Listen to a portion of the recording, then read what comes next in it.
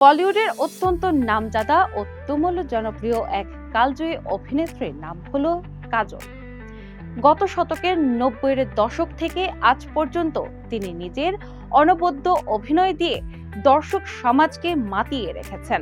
সুদীর্ঘ সময় পেরিয়ে গেলেও বর্তমান সময়ে এসেও রূপালী পর্দায় এবং দর্শকের মনে তার প্রভাব এতটুকু কমেনি।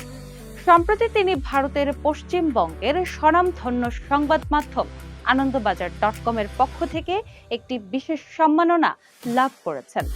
তিনি তাদের মর্যাদাপূর্ণ আয়োজন থেকে বছরের সেরা ব্যক্তিত্বের একটি পুরস্কার নিজের ঝুলিতে পড়েছেন।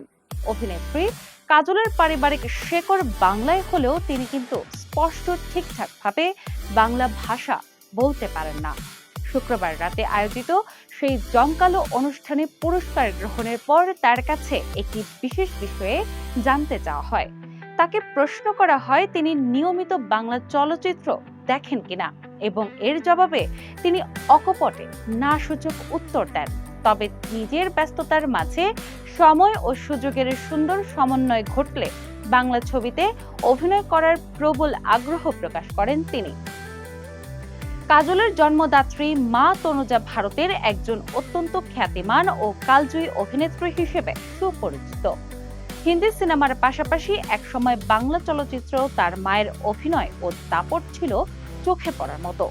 মায়ের মতো দক্ষ হতে পেরেছেন কিনা এমন প্রশ্নে কাজল বলেন যে তিনি এখনো সেই চেষ্টা করে যাচ্ছেন।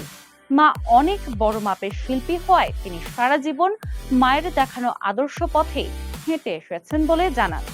কথার ফাঁকে এই তারকা আরো জানান যে ব্যক্তিগত জীবনে তিনি ভীষণ নিয়ম মাফিক এবং সুশৃঙ্খলভাবে চলেন। বলিউডের খুব কম শিল্পী আছেন যারা সঠিক সময়ে শুটিং সেটে আসেন এবং তিনি নিজেকে তাদের একজন দাবি করেন। আবার কাজ শেষে ঠিক সময়ে সেট থেকে বেরিয়ে পড়াও তার বহু বছরের পুরনো ও নিয়মিত স্বভাবের অংশ। প্রসঙ্গত, এবার আনন্দবাজারের এই বছরের সেরা পুরস্কার কাজল ছাড়াও আরো বেশ কয়েকজন তারকা ব্যক্তিত্ব পেয়েছেন। তাদের মধ্যে অন্যতম হলেন পাউলি দাম, জনপ্রিয় অভিনেতা দেব, সঙ্গীত শিল্পী নিকিতা গান্ধী এবং ব্রাত্য বসু।